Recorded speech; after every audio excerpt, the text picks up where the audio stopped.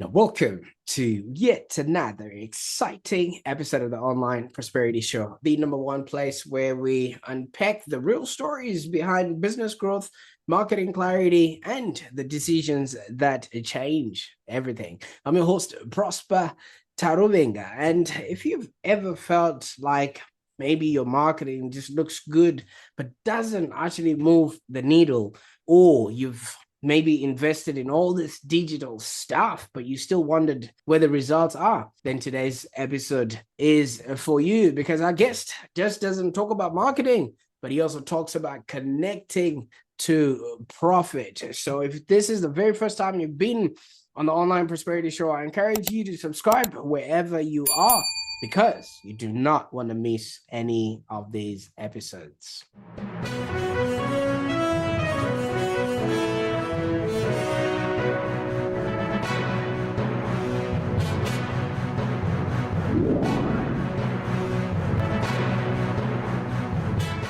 Now, like I said, our guest today just doesn't talk about marketing. He actually talks about connecting it to profit. Now, Brendan, welcome to the show. Thank you for having me, Prosper. Fantastic. Now, for those that are meeting Brendan for the very first time, prepare to be amazed because he is the founder of B Digital Group and also the creator of the Profit Pyramid and the man who's behind conversions today. And this is a 90-day boot camp, which we'll be talking about later on, that is designed to turn marketing spend into measurable growth. And obviously, don't let his credentials scare you because he's just a very humble, but he's worked with brands like Nestle, Sydney Kings, and also fast growing innovators out there. And he's also worked with local legends that are building real businesses. But here's what I love about Brendan. Even though I'm in marketing myself, he just doesn't set out to talk about marketing and marketing speak. And he didn't set out to just build an agency. He accidentally became one. So I can't wait to hear how he became an accidental entrepreneur. And also, I've heard he has a love for Star Wars, a love for dogs, but his wife is not a big fan of both. So we're also going to be hearing how he manages to market to her in order for him to actually enjoy all of this. Now, obviously, I'm intrigued, Brendan. I mean, obviously, with the way that we are going to start this show, you love Star Wars. That's one. You love dogs, but your wife hates both. Is that even a sustainable relationship model? I would have honestly, if you asked a younger Brendan, I would have said absolutely not. I would have said those two are non-negotiable things. But I think what I've learned in probably in life, I guess if I was to give or a business lend to it as well, it's that you can just compartmentalize things, that there are different times and seasons, but there are also different compartments that you can live your life in. So, whilst I, have my love for Star Wars, it doesn't mean that my wife has to share that. We have times where we do things, separately. I'm sure everybody does. But maybe as a young person, you don't think that. You just think, oh, I've got to spend every waking moment with my partner. Absolutely, and I like that because so many people are pouring hours and dollars into maybe their business or relationship only to find out that it's not compatible to the person who they're becoming. And I can't wait to, hear how you have managed to make that balance. But obviously, before all of that, I mean, we need to sort of discover who Brendan is and, how you became, because you grew up in a household of hardworking immigrants. I mean, obviously, it was nose to grindstone, and you just were brought up to climb the ladder quietly. Tell us a little bit about your upbringing and how you became the person you are today. Yeah, I think most people, as a child, you don't certainly don't appreciate your upbringing, and you don't know any different. So now with the beauty of perspective and age, when I do look back at my parents' journey, I have a lot more profound respect for it, and a lot more understanding of their perspectives or their point of views and some of the things that they've instilled with me. So, one of the prime things is my parents came to Australia from Malaysia. They're of Chinese background, and so it's already quite an interesting dynamic to have a culture where, so for instance, my grandparents are from China, so we're Chinese technically, but my parents never set foot in China until 2014, I think. So, for them, they were already feeling a little bit not displaced, but how do you identify with a culture when you live somewhere that's different from that culture? But then immediately for the next generation, they've taken that and brought to Australia for a great opportunity. They had the opportunity to study in Australia, and I think they wanted that opportunity for the next generation for myself. Now the difficulty with that is A, it's costly. They came here with nothing, but then again, culturally, like I said, very difficult to identify. Like, are my parents Malaysian? Well, they were there for one generation, Are my parents Australian? Well, no, they moved here. And then the question came to me. Am I Chinese? Am I Australian? Am I Malaysian? And honestly, growing up, didn't identify with any of it. It was really difficult. I felt very not Australian at the time. I got made to be feel like I was different. But then, the reverse was true. Did I feel very strongly Chinese or Malaysian? Certainly not. And all of my cousins who still live in Malaysia will tell you I stand out like a sore thumb the minute I go back to visit them. I'm certainly not Malaysian by any means. So it's where was my identity? So that was a difficult thing to come to grips with.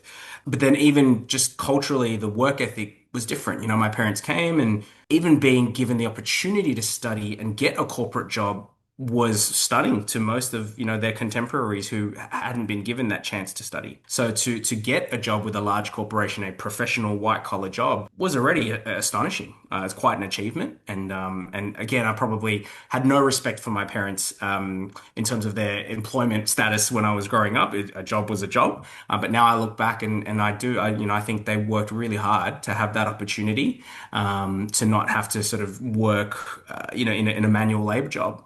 And then when it comes to me, they then bestowed on me the same pathway to success, I guess. They were just like, study as much as you can, study as hard as you can, because it is a privilege, and then take that into the corporate workforce and just climb step by step. Just do the work and you'll get recognized. I did that. I did that for 10 years. It was, work hard. And I was very fortunate. I started in a company that was probably of a medium size and in a growth phase. And again, I didn't know any different at the time, but because that's the first company I ever worked for.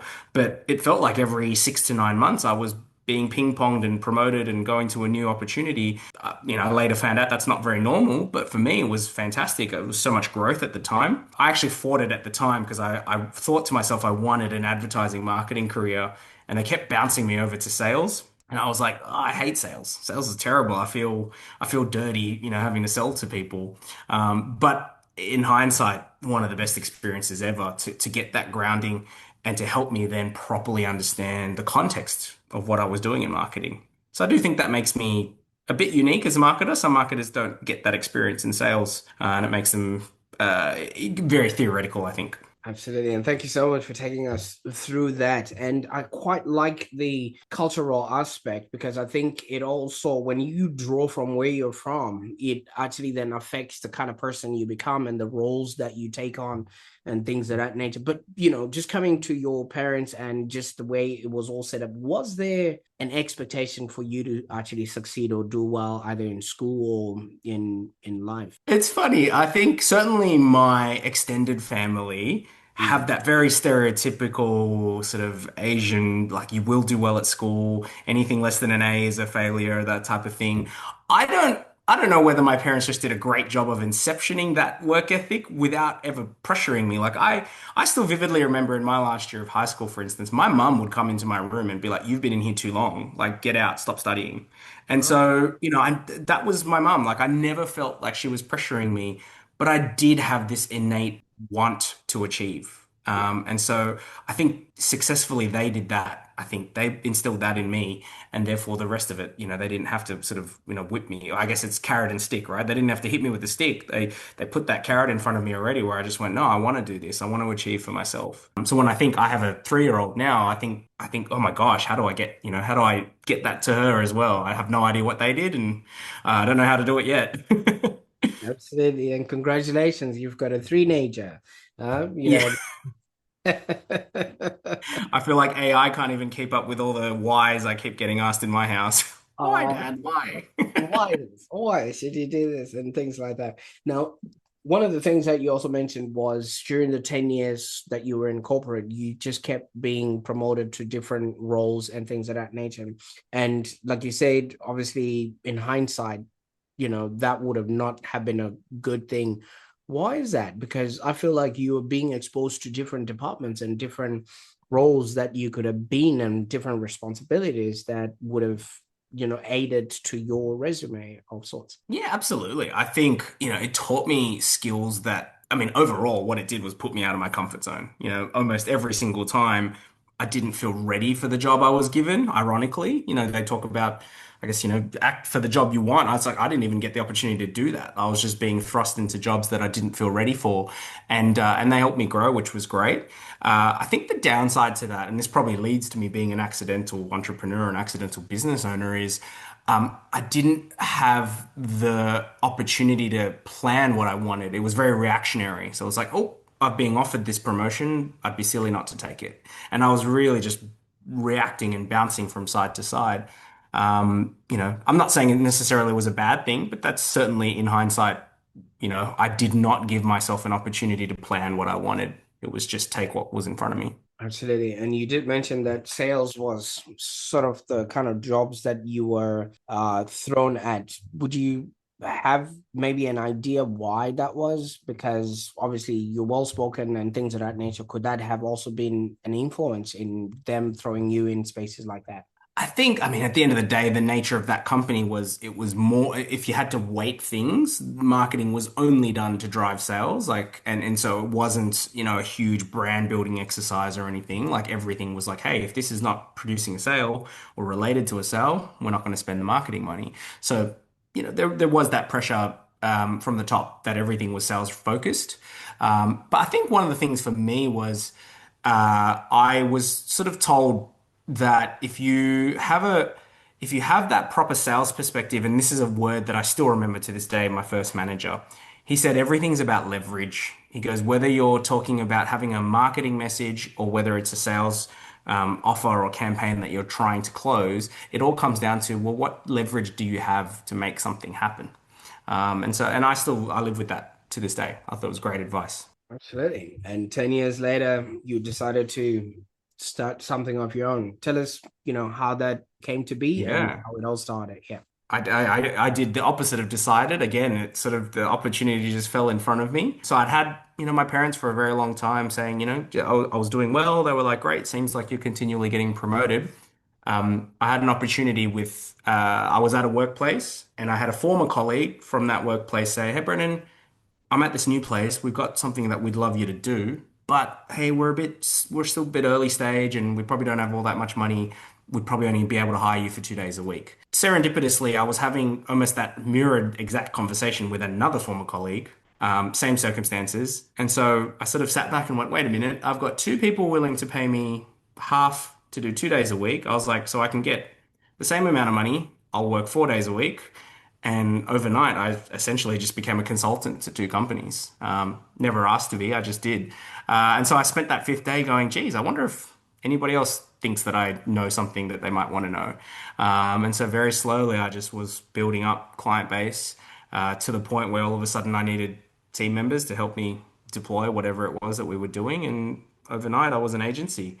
And honestly took my parents. I mean, I still don't know to this day if they're comfortable with my decision, to be honest, 10 years later, but it definitely took them the first 3 or 4 years to stop asking me if I was okay for money. Like every time we sort of caught up again, they were like, you doing okay? Like, do you need some money? And, it's funny. I just said, I'm actually doing better than I've ever done, but it was just hard for them to comprehend, I guess, because I didn't have a title or a company that they could relate to.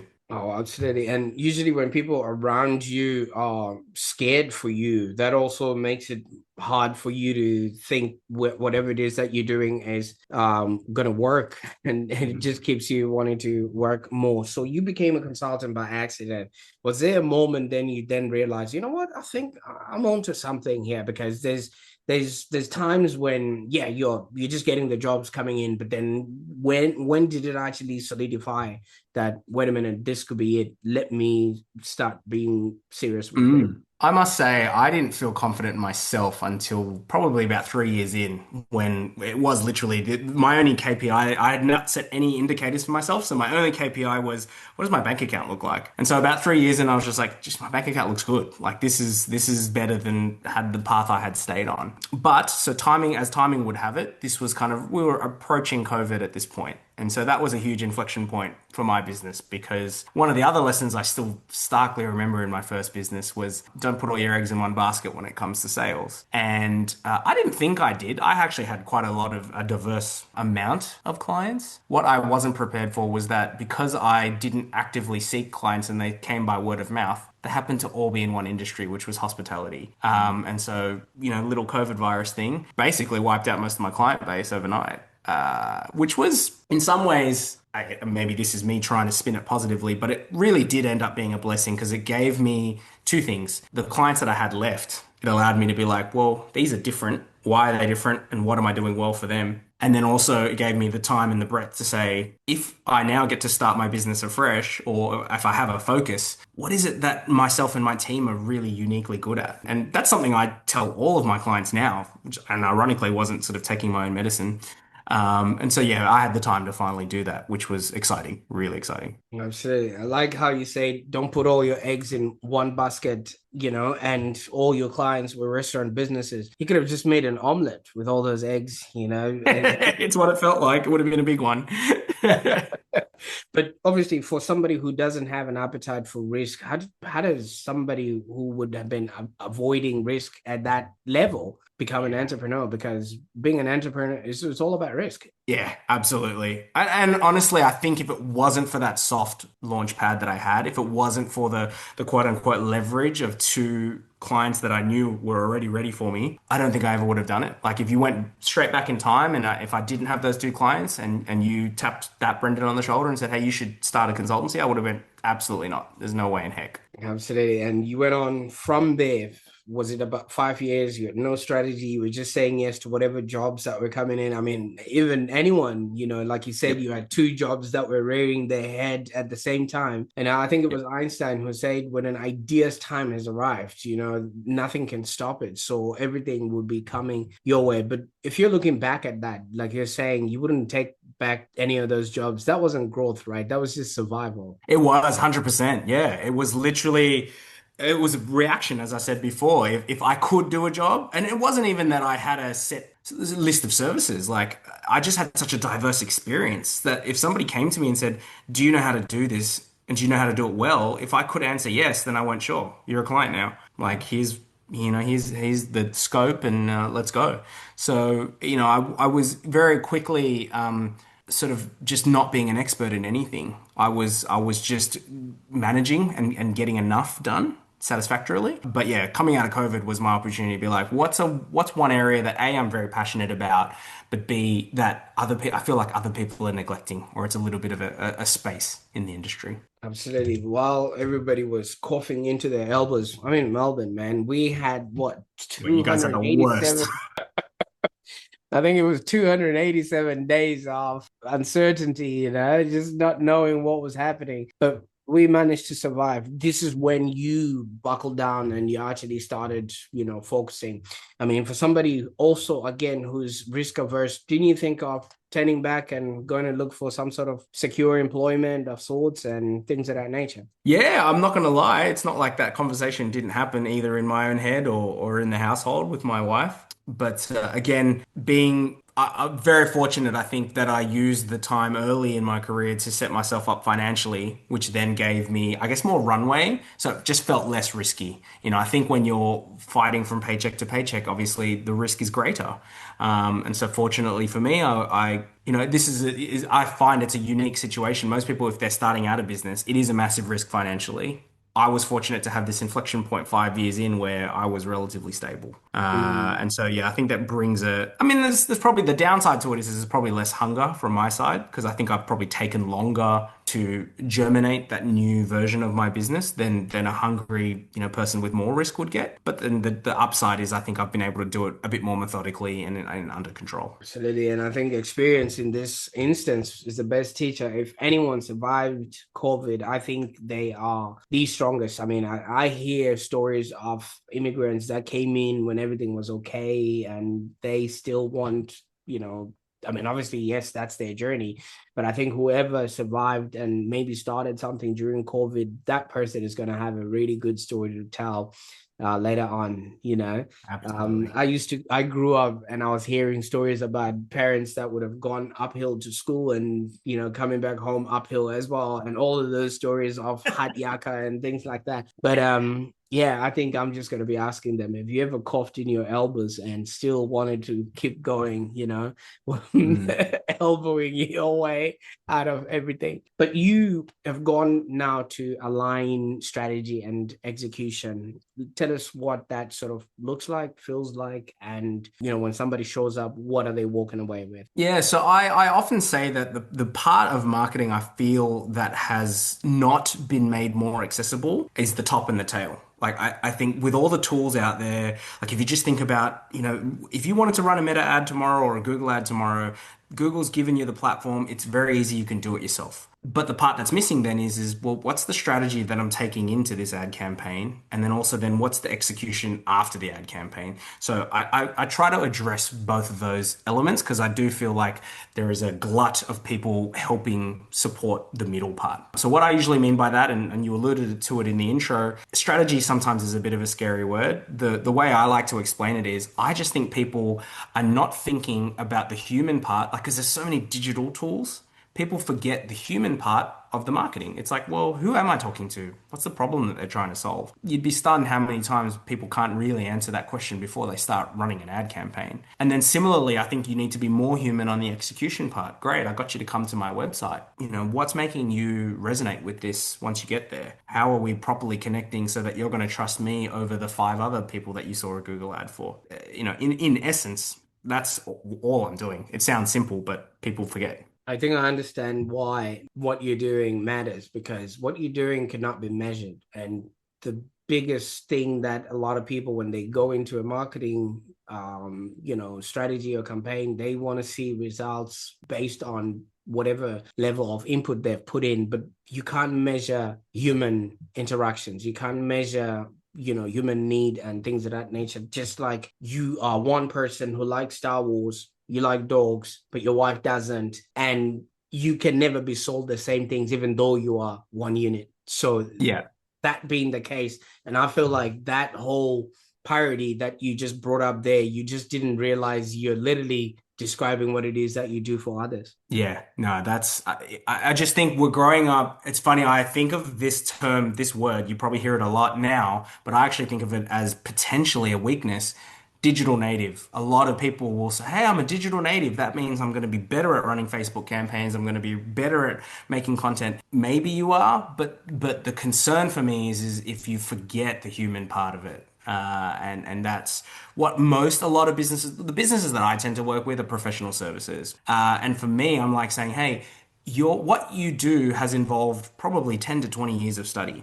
You can't expect somebody to respect that or even remotely understand that through a 10-second ad. It's going to take more than that. So what is it that we're doing to really imbue all of that information and get that over a period of time, really? What's the journey? Absolutely. Is that what you now have called the profit pyramid? So yeah, my profit period, it's ironic that you say it sort of can't be measured. That I think that's correct. It's hard to measure human connection, but what I try to do is how do we build a measurement at least around what is and isn't working? So the concept of, I hear a lot A/B testing, right? And people just think that just means I do two versions of something. And I'm like, absolutely not. What it means is you need to compare two versions of something so that you know what you're testing and then know whether one worked or not. So, no point doing two entirely different ads against each other because if one's better, you still don't know why it was better. Maybe you're better off doing an ad that just has a different headline or just has a different image or a different video. At least you know specifically, okay, if that one worked, I think the human connection was better because of my headline or because of my video. So what my profit pyramid is about is essentially three sides I talk about, which is detect, design, and then deliver. But essentially, what those three Ds mean is detect is who. Who am I talking to? Why are they interested? How do I get very specific about them? Where are they found? Like, so for instance, I love when I talk to people who are like, oh, I really want to target, 50-year-old males. And then they go, but I hear TikTok's really popular. And I'm like, yeah, probably not the best channel, right? Like, this is where the detect part is really important. We got to find the right channels as well as the right person that you're trying to target. Then design comes to, okay, well, you know that person. Let's design material that speaks to that person, to their needs, to their aspirations, rather than, because what happens if you don't do that is you just generically talk about what you offer, right? People just go, hey, we're the best business. We've got 5-star reviews. Look, all of that stuff's fine. But if you're not solving somebody's problem first, then that stuff's not important. That stuff's secondary. And then my favorite part, because I'm a bit of a data nerd, which the Star Wars thing probably alludes to, is the delivery part, which is if something, I always say, if something's important enough to expect, then you need to inspect. So if you think something's worth running an ad for, or you think it's worth building a email nurture campaign, then you should spend the time seeing what the data says about, don't just do it and then hope. Like do it and say, okay, well, that ad campaign, the impressions were okay, but the click-throughs were not great. Something didn't respond with my messaging, or we ran these email nurture campaigns. These emails, the open rates were good. These ones they weren't. Maybe my subject line was irrelevant or not interesting enough or didn't create urgency, or maybe no one clicked on my emails, which means was my offer or my call to action too convoluted? Was it too hidden? All those sorts of things that you can start to find out. So my whole goal with any campaign is to say, work your way through this pyramid all the time and just keep making it better and better. Don't just launch one campaign and then after 30 days go, well, I didn't get the sales I wanted, so that didn't work. Let's scrap it and do an entirely new one. I'm like, whoa, no, no, no, no. Just find the bits that didn't work, optimize those, and then run it for another 14 to 30 days, and then again and again. So to me, a lot of campaigns should live a lot longer than people give them the time to run. Oh, absolutely. I thought all you needed was just more traffic and you get more Yeah. sales. Yep, I hear that all the time. More in the top of the funnel. That'll fix everything. Absolutely. See, I think you would maybe agree to this. A lot of agencies go on and just want to protect their turf or whatever it is that they've created and want to just be the only people out there without serving the whole greater market. Mhm. How much money are businesses unknowingly losing just because of this, way of running the shop? Yeah, I mean, I see it all the time. I see people who come to me and they're just like, "Hey, somebody told me that if I spend, just $1,000 on SEO, then it'll change everything and my rankings will get better." Right? That's just one very common example. And, from my personal experience, having worked with it, I'm like, that A is already a very specific channel of marketing, SEO. So whether or not that's going to work depends on very much on your business and your target audience. But then also, $1,000, I just don't think it's going to really move the needle. Like, what is it actually going to allow someone to do? So when I talk about my profit pyramid, I would say, okay, if you're going to spend 1,000, like, how can we measure that money's coming back? Like, what's the expectation all the way through? Like, how many people are then going to click on your website? How many people are then going to click on whether you're selling a product or booking a meeting? What are these numbers that get you this $1,000 back? At least this $1,000 back, if not more. Now, for those of us that are not digital natives, what is SEO? So search engine optimization. I feel like it's a fancy thing that people have been throwing around for the last decade, and I think the curtain's getting pulled back a little bit on the Wizard of Oz these days. But loosely, what it is how do I get more visibility when people are doing Google searches? That's all it is. So if I can improve, the theory is if I can improve my visibility on Google searches, then eventually that will lead to more people clicking onto my website. And then eventually you would hope more people clicking onto my website means more people purchasing my product or my service. But there's a few misnomers in this approach, which would be you can rank better on Google, but what if you're ranking for stuff that no one's searching for? Like if people aren't searching for it, then it doesn't really help. So that's probably misnomer number one. But then where I've built my entire business and my new boot camp now is around misnomer number two, which is what you alluded to earlier. More traffic means more business. I'm like, no, more traffic just means more traffic. If it's the wrong traffic or your website isn't set up in a way to properly engage that traffic, then it could all be worth nothing. if I asked you today, would you rather 1,000 people visit your website and nobody buy, or one person visit and one person buy? I'm fairly confident everyone's going to pick one person buy. One person any single day, you know.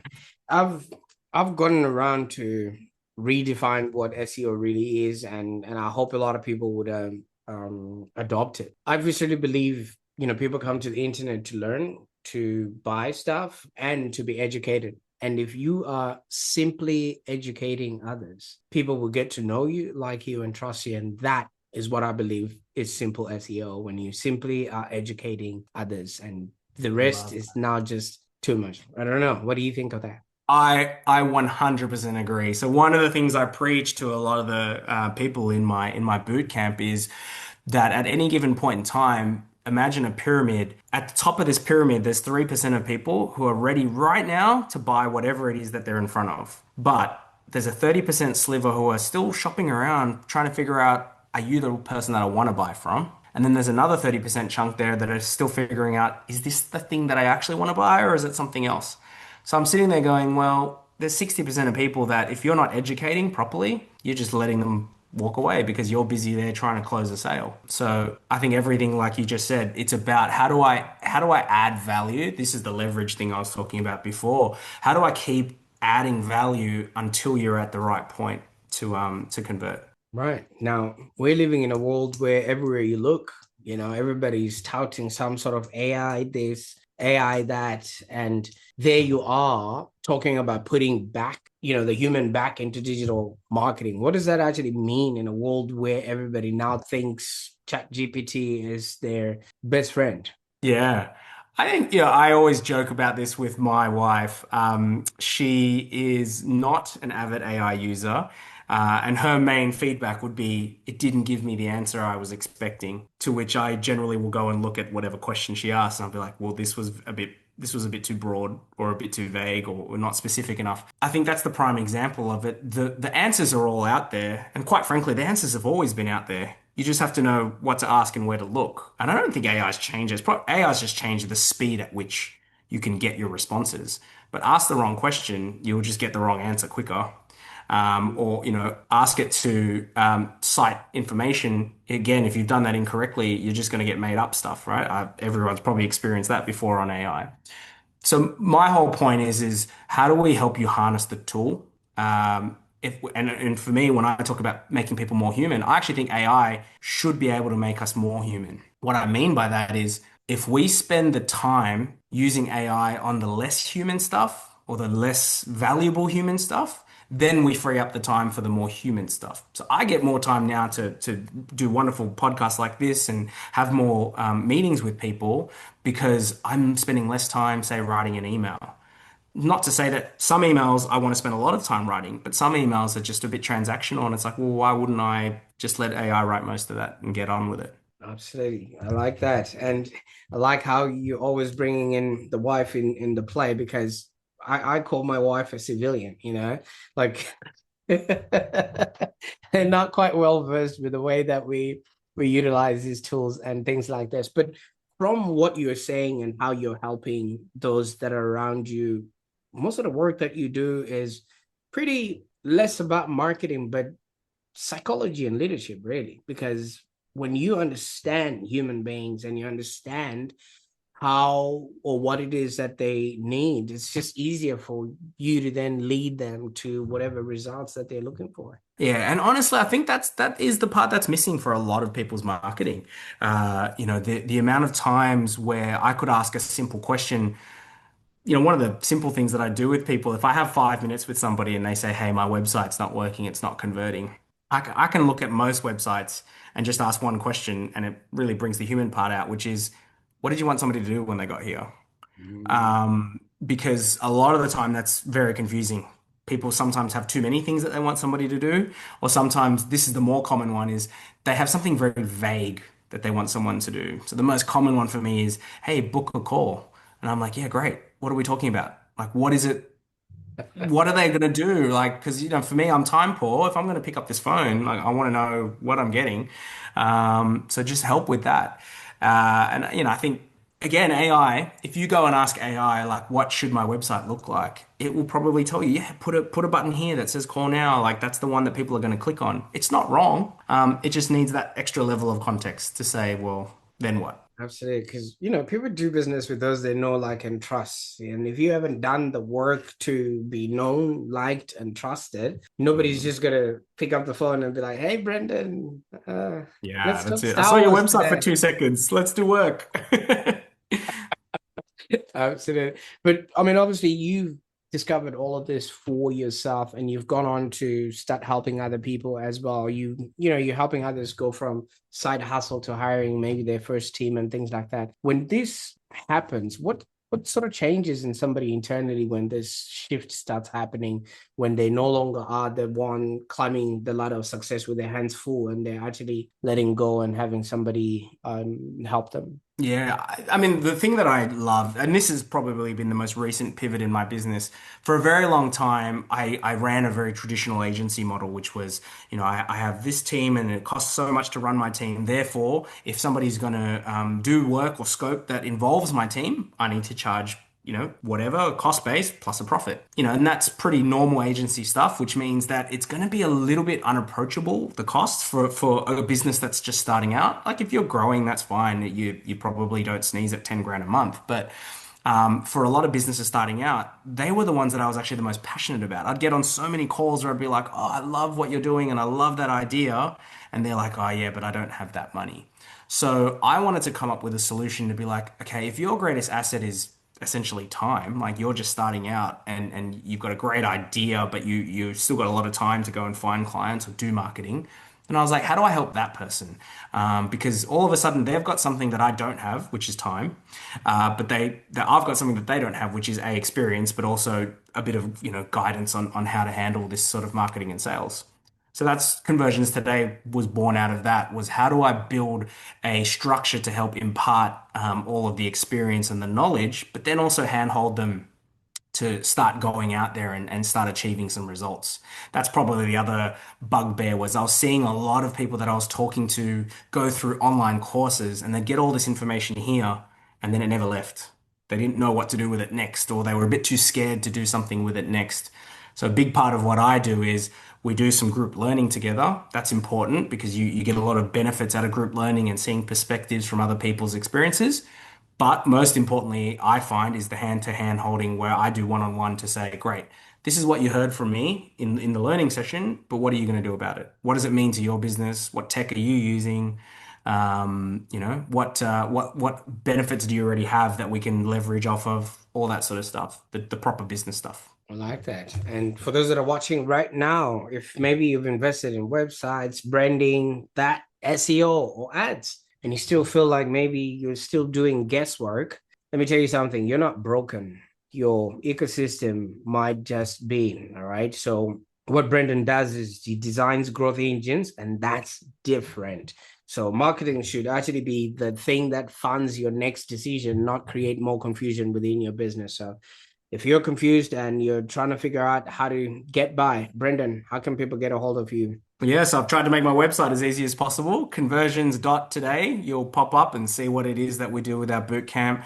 But honestly, the most important thing is I want to help as many people as I can. And what I do is I run a free 15-minute call for absolutely anybody and everybody. And as I alluded to before, why would you call me? Like you don't know me from a bar of soap.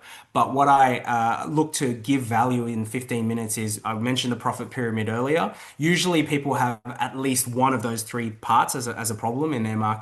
So if you're doing some marketing, what I want to do in that 15 minutes is we'll spend some time before our call figuring out which of those three I guess is the most helpful or the most broken that we can help with. And we'll actually just sit there in 15 minutes and fix that. So I'm not sitting there to sell anything to anyone. I just want to give somebody one thing that they can do different that will help push the momentum in the right direction for them. Absolutely. And I'll make sure that all those links are in the show notes below so that people can actually maybe get started on that boot camp. Now, Brendan, I don't know if you've noticed, you grew up believing that success meant maybe the quiet achievement, you were quietly progressing in your corporate ladder, and it was just, that slow ladder climbing that you were experiencing and you were enjoying at the time. But now you design systems that actually give clarity and structure to chaos. Did you actually see the connection before, or is that something that Yeah, I think it just naturally evolved. Absolutely. I just think my perspective on success certainly changed. For me, it was always about comparison and status. And for me, success now is, if I, and I say this all the time, if I didn't have to make any money doing what I do, I would still do it. Like I have this debate with my friends all the time. They're like, "No way, you'd be on a beach somewhere not doing anything." And I go, "No, but even when I go on holidays, like we will pop into a little cafe or something, and I'll just be sitting there going, "Oh, he should do this," or like I'm gonna go tell him if he does this with his marketing, it'll be better. Like I just, to me, it's not salesy, it's not marketing in a bad way. It's literally just how do you do something great here as a cafe? How do we get it out to more people? And that applies to everyone. Like if you're an accountant, if you're a lawyer, if you run a landscaping business, like if you're passionate about what you do, I bet you're awesome at it. And I just want to find a way to let more people know that. absolutely, amplifying people's progress? Who wouldn't want that? Now, obviously, I don't know about you, but I'm working right now. Exactly. That's it. This is work. We're so lucky. You see, when somebody looks at it, they're like, "What do you call that work? You're laughing, you're joking, and everything else." But yeah, that's just the perspective of it. Now, if you could go back and maybe sit down with, Brandon, who was obviously on that trajectory, climbing up the ladder and thinking it's all about quiet achievements and things of that nature, what would you tell that young man right now, knowing what you know now about life and who you've become? Great question. I think I would ask that guy like to stop and actually think what he wants out of life and then try to picture the pathway to get to that. Because for me, it was always if I just keep going up, clearly I'll get to whatever I want, which is at the top. But it's like, well, what if you want's not at the top of that? What if what you want sideways to that? Then you're gonna have to move sideways, otherwise you'll never get there. And I see this with a lot of friends, so they hit 20 years in corporate and they're just like, oh, I don't want to do this anymore. And they just do something almost like a midlife crisis. Like I was fortunate enough to, I guess, not have that happen. But yeah, I would challenge. I get a lot of friends who are financial planners who say the same thing because my opinion is I should just earn as much money as I can, then I'll have freedom. And they're like, well, that's not the path to freedom. The path to freedom is knowing what you want and then getting it. Oh, absolutely. I like that. Now, I mean, obviously, now that you brought us into your world, Brendan, we're all excited about all the Star Wars trilogies we're gonna watch, all the dog walking sessions and things of that nature. What's next? What are you working on right now that we can also rally behind you and be excited to be on the lookout for So as a we huge, a huge part of my learnings for 2025 and then my actions for 2026 was to find more alignments that I can work with or more partnerships that I could work with. So I'm going to have a series of more free webinars out there because I figure if I can attach to other people and we can find a way to help on two different topics, I think that's going to be more useful for more people. So prime example, I've got a webinar coming up March 11th, March 10th, I should probably know that. But it's with somebody who runs a company that organizes virtual assistant work. And so, for instance, what we're trying to talk about is, well, how do you pair up a strategy with the implementation? So, one of them alone, just strategy is useless because you might just never do anything with it. And then just implementation can be a little bit scary because you might not know what the effects of that investment are. So I've got that. I'm looking at doing promotions with other people in finance, other people in psychology, like you mentioned before, and the human thinking. So yeah, my whole goal for 2026 is I certainly don't know everything. How do I bring in partners and get that education more well-rounded for everybody? Absolutely. I kind of feel like you've become that barista, the people at Starbucks that write your name on a coffee cup and they hand you that coffee because at the end of the day, you source the beans, you source the milk, whatever flavor of milk that people want, and you then create that, nice art with the coffee, and then you hand them in and you're like, Brendan, was that the coffee you wanted? And the person is like, oh my God, this is the best coffee ever. And I feel like with your strategy, your life, and everything that you brought together and the connections that you're building, you're now blending all of that so that people can now have a nice, neat package that they can walk away home with. I love that. I want to use that, Prosper. I'm a business barista now. That's my new thing. Not a problem. Well, Brendan, thank you so much for taking the time. I mean, your life story and your experience have got so much value for a lot of people. Some people feel stuck in their corporate jobs and they think there's no other recourse out there. Yet you came, you saw, and you conquered it now. Like you said, you delivering the goods. And I think the people that are working with you are really happy they found you, because you're not coming from a space of, like you said, really bogged down with the intricacies of marketing. You coming at it from a psychology and a leadership sort of space. I mean, you've come from being a corporate ladder climber, then an accidental consultant, and now you're an ecosystem architect. And I think we've just christened you the business barristers. Hopefully, people will continue learning from you and just finding ideas on how you are helping them be, do, and have a happier existence. Yeah, thank you, Prosper. Thank you so much for having me. I always enjoy the opportunity to hopefully inspire just one person. Ironically, I hate seeing myself in public or public speaking, but I've told myself if just one person can get some help from it, then I'd be robbing somebody if I didn't do it. Well, you just spent 45 or so minutes with me and I was learning along the way. So thank you so much. And for those that are watching right now, if you found value in this episode, I encourage you to share it with somebody who is maybe just spending money on marketing and not seeing any clarity coming their way. And if somebody shared this with you, they might be seeing something that you haven't seen yourself. Just instead of judging them, give them the biggest hug that you possibly can. And while you're at it, subscribe wherever you're watching, because in the next episode we're going to be diving into ideas that will allow you to build not just a profitable business but also a happier existence. And I will put all the details for you to connect with Brendan in the show notes below, so that you can actually start creating for and relating to the audience that you're going to be working with. I want you to remember one thing: if anything from this particular episode, marketing is never going to be a sunk cost. It should actually be something that pays for itself. I can't wait to see what you do with this information. Bye for now.